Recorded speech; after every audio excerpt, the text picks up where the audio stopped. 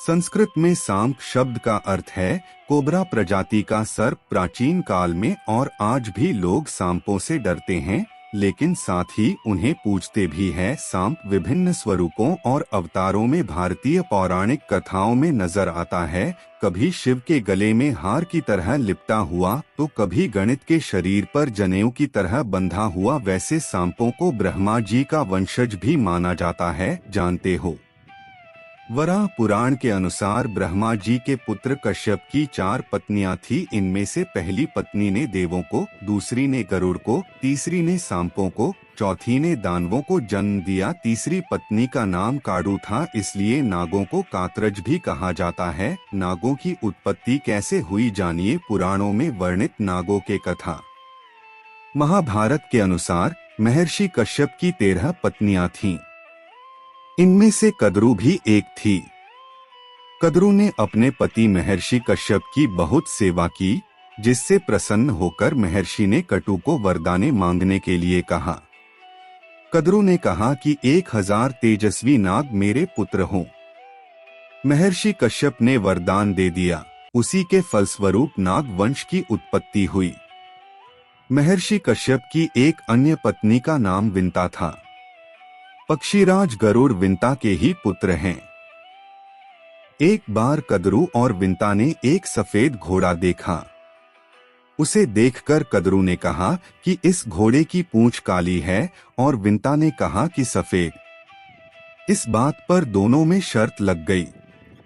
तब कद्रू ने अपने नाग पुत्रों से कहा कि वे अपना आकार छोटा कर घोड़े की पूंछ से लिपट जाएं, जिससे उसकी पूंछ काली नजर आए और वह शर्त जीत जाए। कुछ सर्पों ने ऐसा करने से मना कर दिया।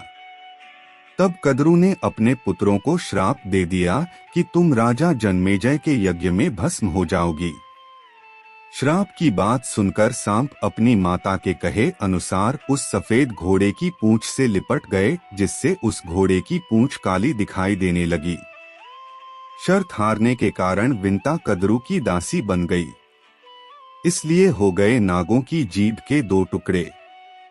जब गरुड़ को पता चला कि उनकी मां दासी बन गई है, तो उन्होंने कद्रू और उनके सर्प पुत्रों से पूछा कि तुम्हें मैं ऐसी कौन सी वस्तु लाकर दूं जिससे कि मेरी माता तुम्हारे दासत्व से मुक्त हो जाए। तब सर्पों ने कहा कि तुम हमें स्वर्ग से अमृत लाकर दोगे तो तुम्हारी माता दासत्व से मुक्त हो जाएगी। अपने पराक्रम से गरुड़ स्वर्ग से अमृत कलश ले आए और उसे कुशा, एक प्रकार की धारदार घास, पर रख दिया। अमृत पीने से पहले जब सर्प स्नान करने गए, तभी देवराज इंद्र अमृत कलश लेकर उठाकर पुनः स्वर्ग ले गए। यह देखकर सांपों ने उस घास को चाटना शुरू कर दिया जिस पर अमृत कलश रखा था। उन्हें लगा कि इस स्थान पर थोड़ा अमृत का अंश अवश्य होगा। ऐसा करने से ही उनकी जीभ के 2 टुकड़े हो गए। शेषनाग ने की घोर तपस्या। कद्रू के पुत्रों में शेषनाग भी एक थे। उन्होंने कद्रू और अपने सर्प भाइयों को छोड़कर कठिन तपस्या की। उनकी तपस्या से प्रसन्न होकर ब्रह्मा जी उन्हें वरदान देने आए। तब शेषनाग ने कहा कि मेरी बुद्धि धर्म, तपस्या और शांति में बनी रहे। ब्रह्मा जी ने शेषनाग की ऐसी भक्ति देखकर कहा कि ये सारी पृथ्वी, पर्वत, वन, सागर और नगर हिलती डुलती रहती है। तुम इसे इस प्रकार धारण करो कि ये स्थिर हो जाए।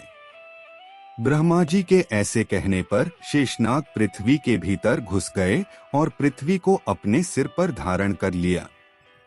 नागराज वासुकी को जब माता कद्रू के श्राप के बारे में पता लगा तो वे बहुत चिंतित हो गए।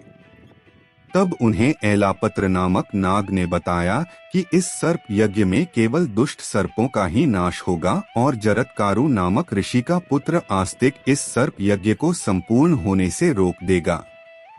जरत्कारु ऋषि से ही सर्पों की बहन मनसा देवी का विवाह होगा।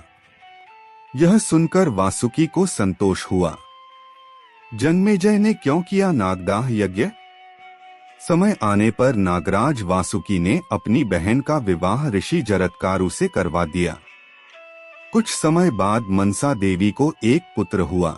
इसका नाम आस्तिक रखा गया। यह बालक नागराज वासुकी के घर पर पला। च्यवन ऋषि ने इस बालक को वेदों का ज्ञान दिया। उस समय पृथ्वी पर राजा जन्मेजय का शासन था। जब राजा जन्मेजय को यह पता चला कि उनके पिता परीक्षित की मृत्यु तक्षक नाग द्वारा काटने से हुई है, तो वे बहुत क्रोधित हुए और उन्होंने नागदाह यज्ञ करने का निर्णय लिया।